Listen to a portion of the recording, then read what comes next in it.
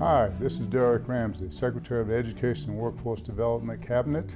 I'm joined today by Dr. Deborah Williamson. Thank you, Doc, for joining me. It's my pleasure. Thank you for having me.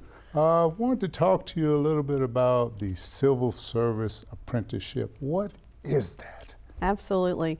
So for the last few years with the U.S. Department of Labor, we've been looking and working to expand registered apprenticeships throughout Kentucky's private sector.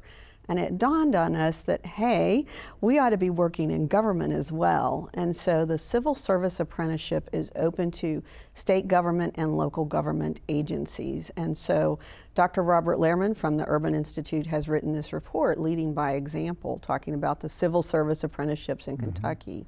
And what it does is it provides a summary of four government agencies: Transportation Cabinet, the Department of Community-Based Services, Commonwealth Office of Technology, and also the local government in Barron County.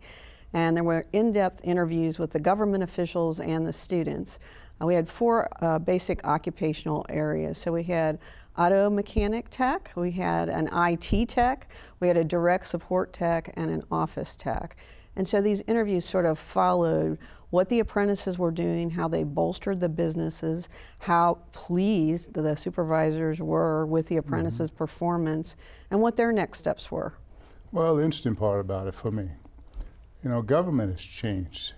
As I look at government, or state government in particular, what's happened over the years is that when people came to work for state government, they were there for stability, and they were there for the pensions.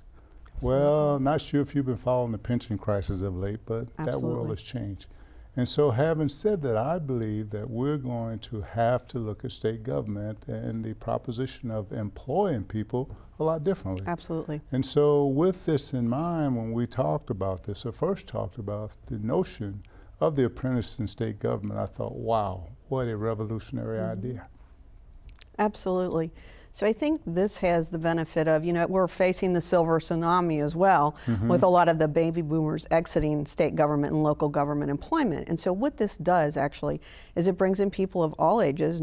There's the mistaken information that it's always young people, not necessarily the case at all. But it allows the supervisors at a work spot to assess the performance of the apprentices well in advance, the work ethic, the professionalism, and make a decision to hire them or not. So the apprentice benefits by getting on-the-job experience that they wouldn't have had an opportunity to do in the past, and it allows the more senior state and local government officials to go ahead and work and have the advanced placement. So it's just, it's an incredible win-win for state and local governments to take advantage of. I think without question. I think also this is the wave of the future. So again, Doc, I want to thank you for joining me, and let's do this again. Absolutely, thank you. Thank you for being here.